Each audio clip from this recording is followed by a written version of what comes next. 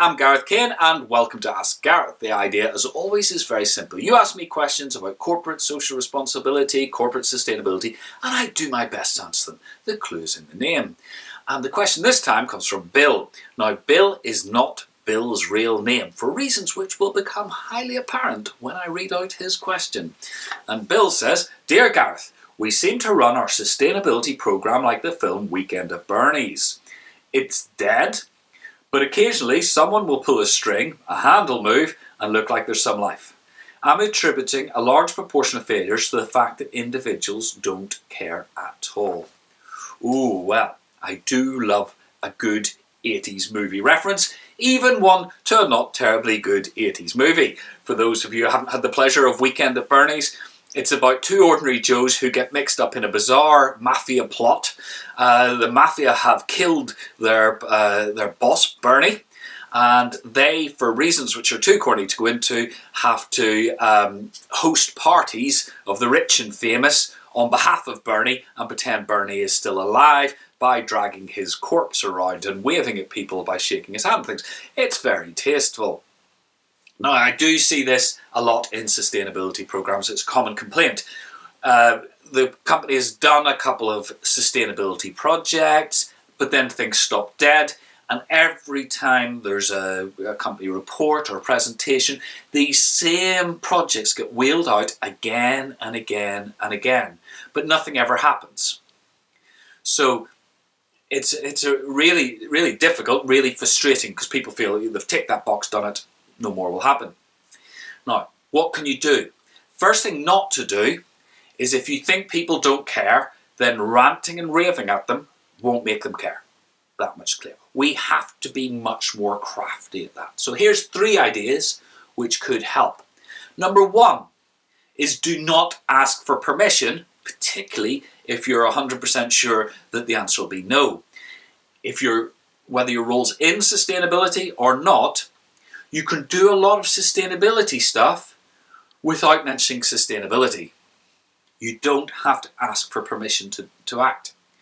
For example, one of my coaching clients was concerned that the decision-making process within the company wasn't considering sustainability issues properly. He felt they were sort of a like to have. And when we talked through the problem, because coaching we go through these problems, get to the core, the nub of the issue, we found that the carbon costs of any investment were not being factored in to the decision-making process. So all those compliance costs to do with emissions legislation. And that meant that high carbon, the full costs of high carbon options were not being properly assessed, and thus the benefits of lower carbon options were not being taken into consideration. So obviously the solution was to go away and request that those carbon costs, which had been in a compliance budget, were actually factored into that formal decision-making process. But he didn't have to mention sustainability in doing this. All he had to say was, we would get a more accurate costing system, more accurate view of the costs, if we factor those carbon costs in. And nobody can argue against more accurate information. So, job done. And there are many things that you will find in your organisation that you can do like that without having to ask permission. Now, if you find particular individuals need to be brought on board, then a crafty way of doing it is to ask a question. And I do this all the time.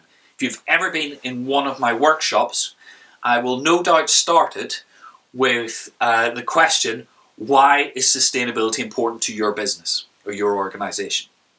I know the answer, but asking the question makes the delegates think it through for themselves.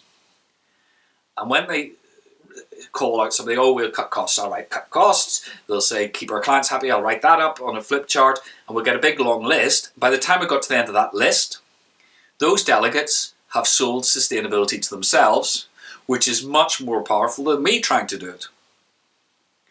So whether you're working with a group of people and you do it that way, or whether you're working with individuals, reframing things as a question is very powerful.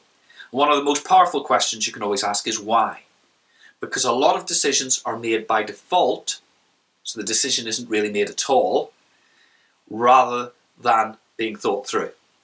So why are we doing that is a very, very powerful question. Okay, the third idea is to drop your boss in it. This is a bit more high risk, but it can have amazing effects. The most high profile example of this was the late Ray Anderson, the founder of Interface, the largest carpet tile manufacturer in the world. If you are interested in sustainability, you don't know about Interface, you should be, although I have to declare an interest because they're a recent client of mine. But the whole mission zero, the whole idea of the company having a zero impact on the environment by 2020 arose from one moment when an employee asked Ray Anderson to give a presentation on what the company was doing about the environment.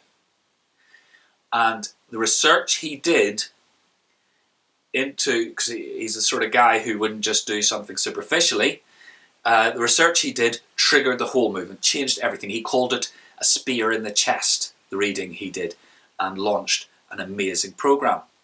But even if people are more complacent, and I have seen this personally, I have seen a complacent manager go off to an event which I had engineered him going to, and come back chastened because his peers were doing so many more fantastic things. And he came back and said, right, we're not even off the starting blocks here. We have got to accelerate this fast. And suddenly lots of things started to happen. So if you can engineer an opportunity for key people to present the company's sustainability program to their peers, then they'll soon realize whether they're propping up a corpse like the guys in Winter at Bernie's. Okay, so that's 3 ideas for you. The triple bottom line here is you can resurrect a dead sustainability program, but you have to be very crafty on how you go about it. Okay, Bill, I hope that answers your question. I hope it gives you some food for thought, ways you can move things forward. Everybody else, what do you think? Do you have any more examples, any more hints or tips that work well? Do you disagree with what I say? Put it all in the comments below the video. I will answer every single one as usual. If you found the video useful, then please do share it, like it, share it with your colleagues, networks, social media, etc., etc. And don't forget to go to www.terrainfirma.co.uk, it should be on the bottom of the screen here, and sign up to the Low Carbon Agenda, our monthly email newsletter, which will bring you every future edition of Ask Gareth and a whole lot more besides. And don't forget, whether you're making tiny incremental improvements to the environmental performance of your organisation or facilitating massive step changes towards sustainability, it all counts. You're making the world a better place and you should be proud of that. Until next time, goodbye.